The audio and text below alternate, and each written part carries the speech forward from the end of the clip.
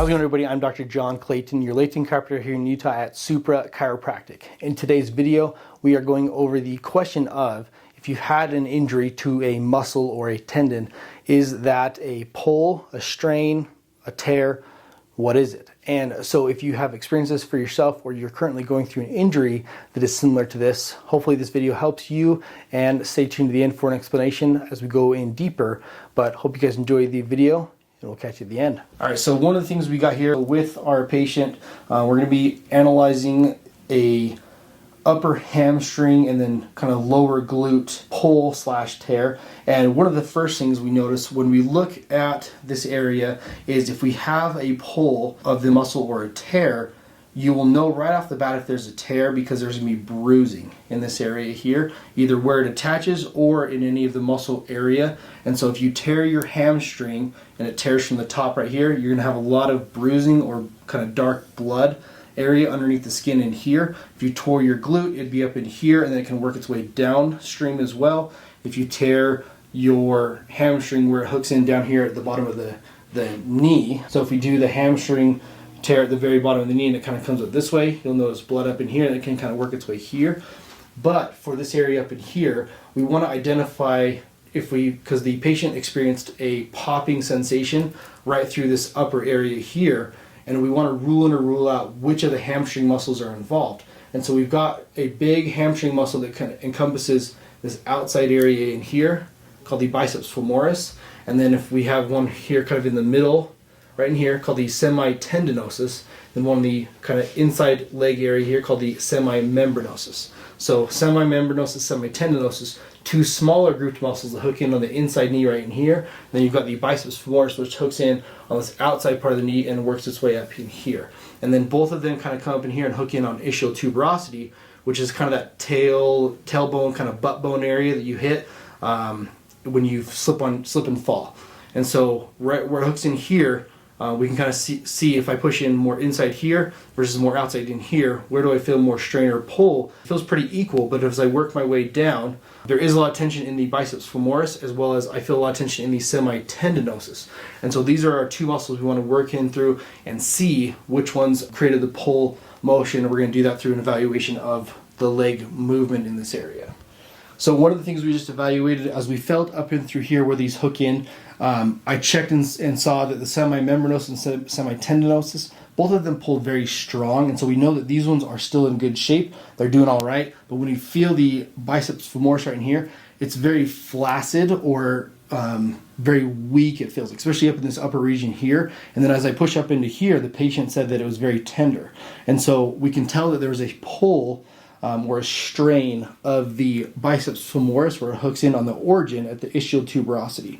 And so this is what we're going to be working on and evaluating as we go through today to then get that to start healing so the patient can go back into the gym and do all the movements that they'd like to do. Okay, just go ahead and take a deep breath in here, all the way out. Let that relax from there. Deep breath in here, all the way out. It's hard to relax and get in there, right? Deep breath in here. Deep breath in here. All the way out. I know it's hard to after pulling a muscle like that too, to not let your body relax, because you're like, I don't want to let things relax. Because then, what if I pull other muscles, right? So, I guess that's a subconscious thing. Yeah, your body's kind of in a protecting mode right now. So, yeah, don't worry. I won't fault you at all because you have that recent injury. So, deep breath in here, all the way out. Deep breath in here, all the way out. Deep breath in here, all the way out. Yeah, I was the same way. I had a similar injury, but to the groin area, and I was very protective of it, and it took me a good couple weeks to let even massage therapists get in there and work it out. So I won't say, it's just how the body works. It's smart. So deep breath in here, all the way out. Let it relax. All the way down. There we go. Deep breath in here, all the way out. Let it relax. You got it. Deep breath in here. All the way out. There we go. Oh. Man. Okay, bring it just over here. Take a deep breath in here. All the way out. Let it relax. All the way over. There we go. And a deep breath in here. All the way out. Let it relax. There we go. Okay. Any tenderness up here at the first rib? No. Not too bad. Perfect. Okay. And let me know if it's tender to adjust the sides here. So start with the side that's not as bad, hopefully. So you're going to lay in your right side for me.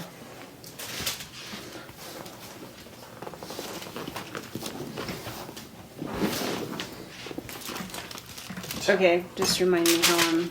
Yeah, so you just lay on your side, scoot down a little bit so your shoulder's not going to hit the table there at the top. And then lay all the way down. Perfect. Okay. And this is the part where you'll have to let me know on the other side if it's tender for that glute. Okay, so if we pull here, see your leg has to come up a little bit. Okay. Let me know if that's tender on the other side. Yeah, no, I'm okay. Okay. All right. Then hold here. We're going to bring this arm. I feel like I'm about to break this. Oh, yeah, you're good. Okay, so then bring this arm up here so it's not going to be on the table. There you go. Deep breath in. All the way out. You'll bring your leg up really high on this one here. Okay. Then lay in your other side for me.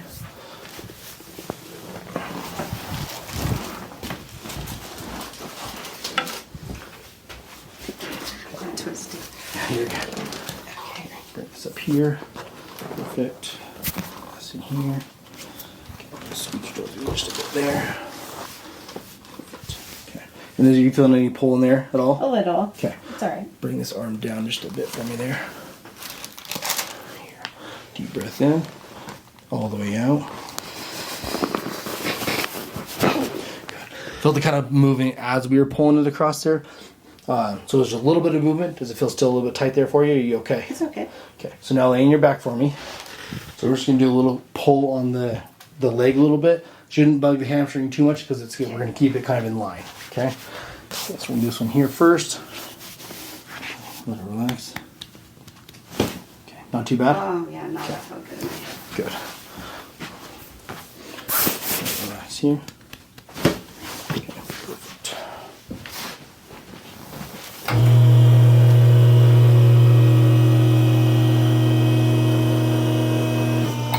Check the feet here. Let it relax. We're going to bend all the way up. Let it relax. Let it relax.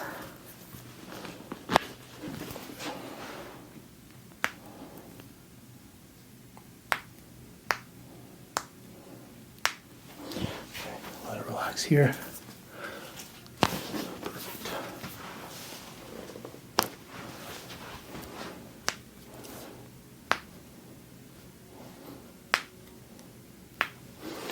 Perfect. Perfect. I feel like I deserve a treat after. I know, this seriously, right? Yeah, like hand out a little treat. Yeah. Little. It's funny. There's a thing you can buy that's like a mint. They call it an adjust mint, right? So get a little mint afterwards. So. Like a candy bar. I need a. Except I don't want a candy, like a a coupon for an ice cream or Seriously. something.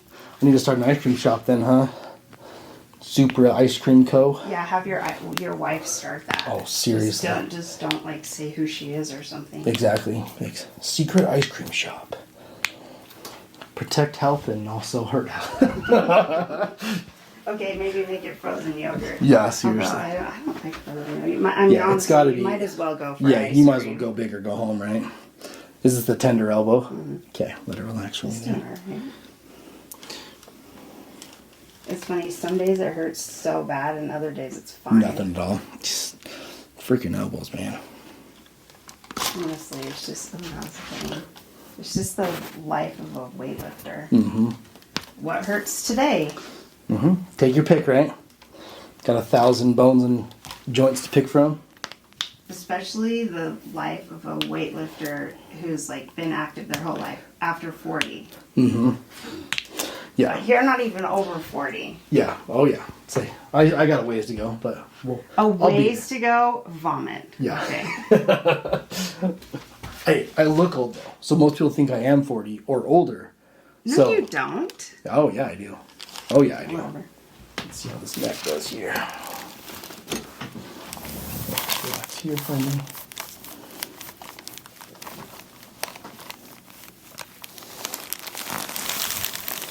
Just a little one here. One here. There we go. There it is.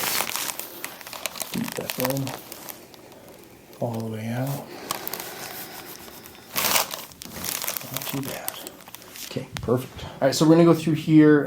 First thing we want to do is we're gonna do right here by the obturator area. This is kind of an area that controls some of the hip internal rotation. The muscle is gonna be the obturator internus. The obturator frame is kind of deep through this area here, but we're mainly trying to attack the area closest to the hamstring origin right here on the ischial tuberosity, but this one's just going to be superficial to that. And so we're going to go through here. We want our direction for needles to kind of be more superficial like we said, and so we're going to go right through here. We're going to aim right through there. Just like that. Then one slightly lower through here.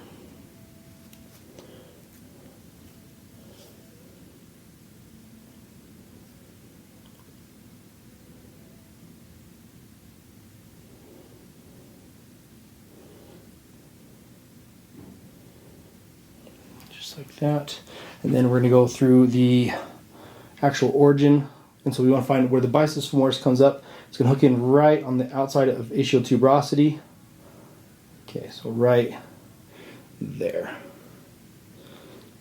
So we're just going to do two needles really close together.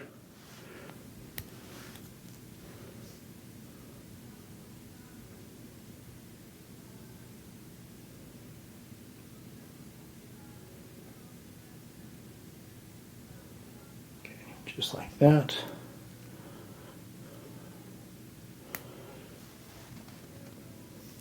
And then just right next to it here too. So we're putting two needles really close together because we want to put electricity through this area to help with the injury of the patient. And then we're going to go a little bit lower and we're going to do the biceps femoris muscle through here now. And so I want to identify where kind of our biggest pull is to this muscle here.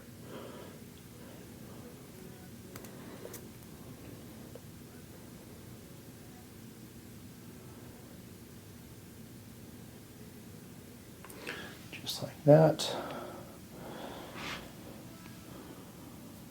And we're going to go a little bit higher up right into this notch right here.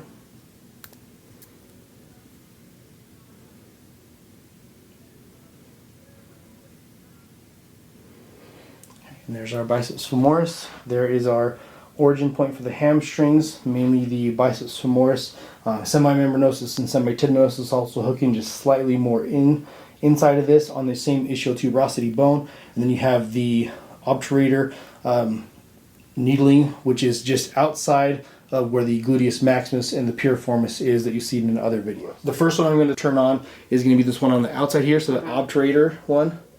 Okay, so tell me when you feel it. Oh yeah, I can feel that. Okay. Is it too intense or are you okay? I'm okay. Okay. So yeah, I'm going to pull this one back for just a sec here. So when I said I could feel it and you hadn't turned it on yet, what was I? Was I just feeling the... You were feeling the muscle the twitch muscle, response. okay. Yep. Yeah, this one kind of pulled out a little bit because of the angle of how this clip was holding on it. Okay, so now we're going to re-put that in there. Yeah, that one just wants to pull out when I put that thing on here. So I'm going to Every time you dry needle me, I have a muscle that doesn't want to hold one. Mm-hmm.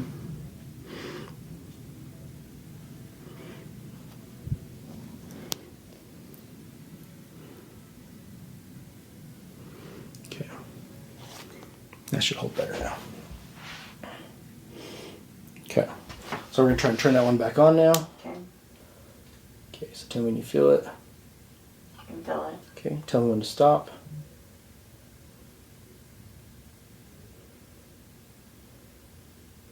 That's good. Okay, and then we're going to do the hamstring origin. This is the tendon one. Tell me when you feel it. I can feel it. Okay, tell me when to stop. Okay, you can see it pulsing. That's good. Good there. Okay, and then we're going to do the lower one, biceps femoris. Tell me when you feel it.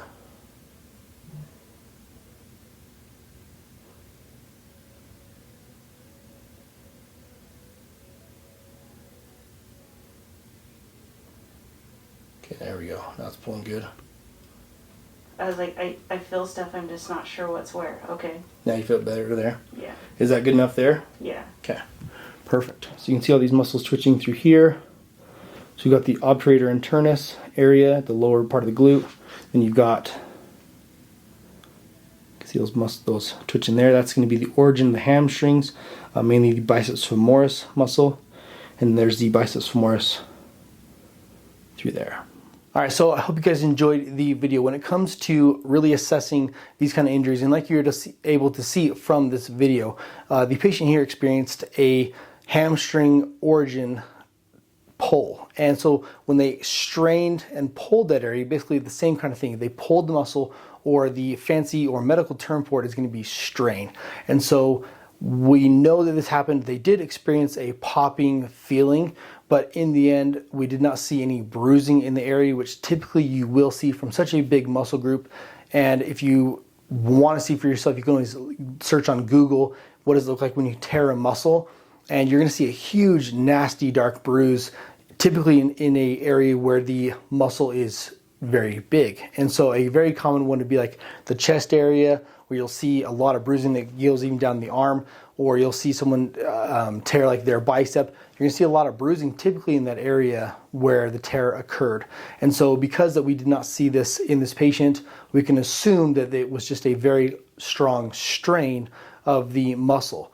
And so one of the things as we were going through and dry needling this area is that we could tell that the muscle is almost deactivated in a way where it's not pulling as strong to protect the area. And so the body is very smart in this way where it'll say, hey, if you were to strengthen or have this muscle work at its full capacity, it will lead to more injury. And so that's why the body is saying, hey, don't work very hard so we don't hurt ourselves more.